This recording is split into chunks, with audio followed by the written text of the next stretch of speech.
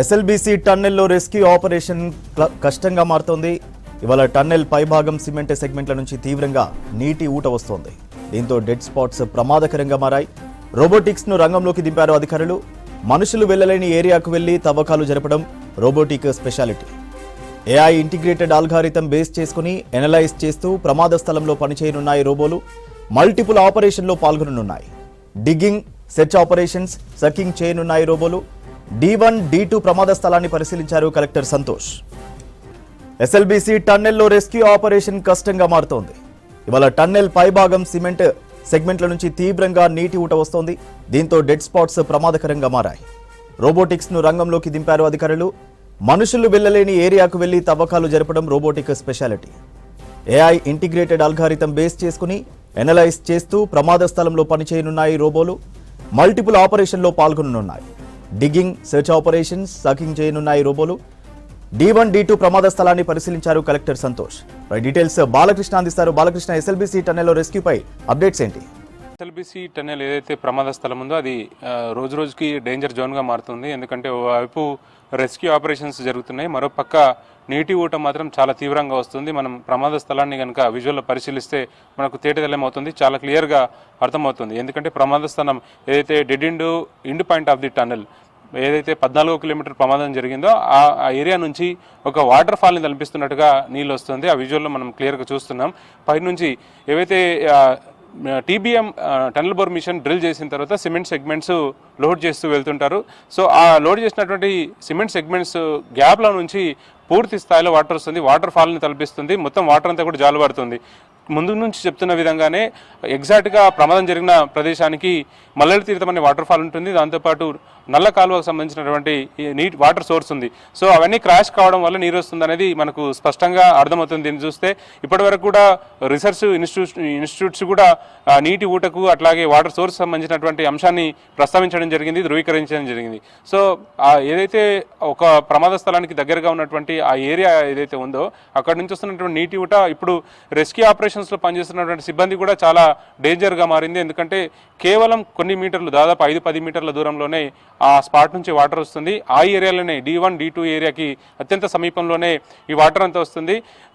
రీసెంట్గా తీసినటువంటి గురుప్రీత్ సింగ్ మృతదేహం దొరికిన ఏరియాకు ఎగ్జాక్ట్గా 5 మీటర్ల దూరం నుంచే ఈ వాటర్ అంతా కూడా వస్తుంది. సో కింది నుంచి వాటర్ అంతా కూడా తన్నుకుంటూ వస్తుంది.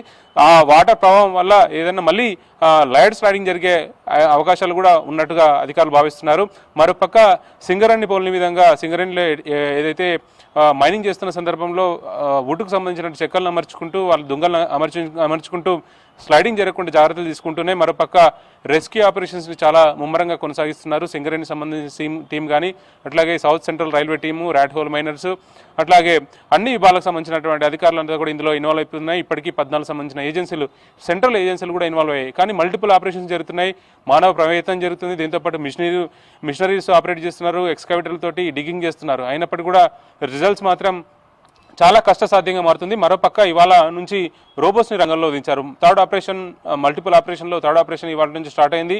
కంట్రోలర్ బయట ఉంటుంది. సో 3 రోబోల్ని లోపలికి పంపిస్తారు. అవన్నీ కూడా లోపలికి వెళ్ళి ఏదైతే ప్రమాద స్థలం, మనుషులు వెళ్ళలేని ఏరియా ఏదైతే ఉంటుందో ఆ ఏరియాకి రోబోల్ని పంపించి అక్కడ సెర్చ్ చేయడం ఒకటే కాదు, ఐడెంటిఫై చేయడము, డిగ్గింగ్ చేయడము, అక్కడ వచ్చినటువంటి సిల్ట్ ఏదైతే బురద ఉంటుందో దాన్ని కన్వేయర్కి లోడ్ చేస్తూ కన్వేయర్ ద్వారా బయటికి పంపించే ప్రయత్నం ఇప్పటి నుంచి రోబోలు చేయబోతున్నాయి. సో ఈ ఫలితాలు ఎంతవరకు ప్రయత్నిస్తాయో చూడాలి. ఎందుకంటే చాలా హ్యూజ్గా ఉంటుంది కాంక్రీట్ బెడ్. ఇప్పటికే దాదాపు 6-7 మీటర్ల లోపలికి తవ్వడం జరిగింది. అయినప్పటికీ కూడా ఇంకా మనుషులకు సంబంధించిన ఆనవాళ్ళు కానీ జాడ కానీ ఏం దొరకలేదు. ఇప్పటికీ 7 మందికి సంబంధించిన ఆచూకీ ఇంకా దొరకలేదు. సో ఇట్లాంటి పరిస్థితుల నేపథ్యంలో కేవలం ఒకటే ఎంట్రీ, ఒకటే ఎగ్జిట్ ఉన్నటువంటి ఈ టన్నెల్లో, ఇరుకైన టన్నెల్లో ఏదైనా ప్రమాదం జరిగితే బయటికి రావడం కూడా చాలా కష్టసాధ్యంగా మారుతుంది. ఒక్కొక్క సందర్భంలో NDRF, Indian army, SDRF, fire department, Singareni, అట్లాగే హైడ్రా సంబంధించిన టీము, ర్యాట్ హోల్ మైనర్సు, ఇట్లా దాదాపు 14 విభాగాలకు సంబంధించినటువంటి టీమ్స్ అన్నీ కూడా అందులో వందలాది మంది పనిచేస్తున్నారు. ప్రమాదం జరిగితే మాత్రం చాలా క్రూషియల్గా ఉంటుంది. ఇప్పుడు వాళ్ళు ప్రమాదంలో చిక్కున్న 7 మందిని కాపాడడం కోసం ఏదైతే విశ్వ ప్రయత్నాలు చేస్తున్నారో, నిద్రాహారాలు మారి 3 షిఫ్ట్లో పనిచేస్తున్నారో, ఇప్పుడు వస్తున్నటువంటి నీటి కూడా మన డే 1 నుంచి కూడా ఇదే ఊట కంటిన్యూ అవుతుంది. ఎగ్జాక్ట్గా మనకు ఈ రోజు విజువల్ క్లియర్గా ఏదైతే డెడ్ స్పాట్ ఉందో అది విజువల్ ఎస్టాబ్లిష్ అవుతుంది. సో కరెక్ట్గా సోర్స్ వస్తున్నటువంటి ఏరియా నుంచి ఆ విజువల్ కనిపిస్తుంది. ఎట్లా జాలువారుతుంది, ఎట్లా వాటర్ ఫాల్ని కనిపిస్తుంది మనకు క్లియర్గా అర్థమవుతుంది. చాలా ఎక్కువగా ఒక్క సెకండ్ కనుక ఒకవేళ డీవాటరింగ్ ఆగిపోతే మాత్రం చాలా పెద్ద ఎత్తున నీటి ఊట వస్తుంది. దాన్ని నీటిని డీవాటరింగ్ చేయడం కూడా చాలా కష్టసాధ్యంగా మారుతుంది. ఒకవైపు డిగ్గింగ్ చేస్తున్నారు, డిగ్గింగ్ చేస్తూనే మరోపక్క నీటిని డీవాటరింగ్ చేస్తున్నారు. సో ఎన్ని ప్రయత్నాలు చేసినప్పటికీ కూడా ఇంకా రిజల్ట్స్ మాత్రం చాలా నిరాశజనకంగా ఉన్నాయి. ఫలితాలు మాత్రం రావడం లేదు. ఇందుకోసమే కెడవర్ డాగ్స్ రంగంలో దిగాయి, మళ్ళీ రీవిజిట్ చేస్తున్నారు, తర్వాత రీకన్ఫర్మేషన్ చేసుకుంటున్నారు. కెడవర్ డాగ్స్ ఇప్పటివరకు కూడా ప్రతిరోజు కూడా దాదాపు 4-5 రోజుల నుంచి ప్రతిరోజు కూడా స్పాట్కి వెళ్తున్నాయి. D1, D2 ఏరియాలో. D2 ఏరియాలో 3 కోసం, D1 ఏరియాలో 4 కోసం ప్రయత్నాలు అయితే చాలా ముమ్మరంగా కొనసాగుతున్నాయి.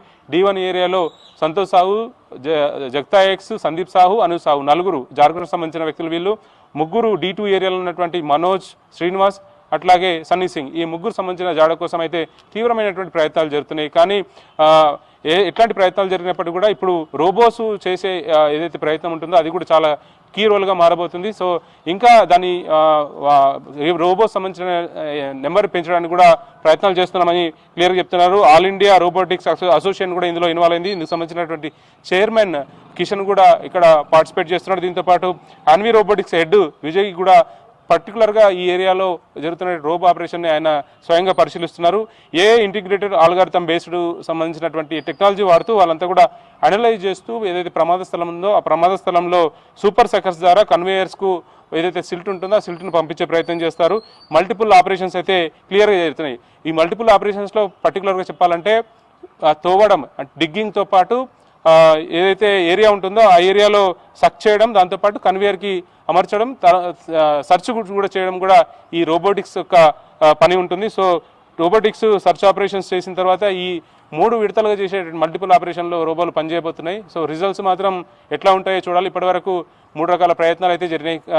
ఇంకా ప్రయత్నాలు అయితే ముమ్మరంగా కొనసాగుతున్నాయి. రెస్క్యూ ఆపరేషన్స్ జరుగుతున్నాయి. ఇంకా ప్రతి షిఫ్ట్లో వెళ్ళినటువంటి ప్రతి టీం కూడా వస్తున్నటువంటి రిజల్ట్స్ బేస్ చేసుకుని రివ్యూ చేస్తూ మల్టిపుల్ రివ్యూస్ చేసుకుంటూ అధికారులంతా కూడా రోబోల్కి రెస్క్యూ బృందాలను పంపించే ప్రయత్నం చేస్తున్నారు.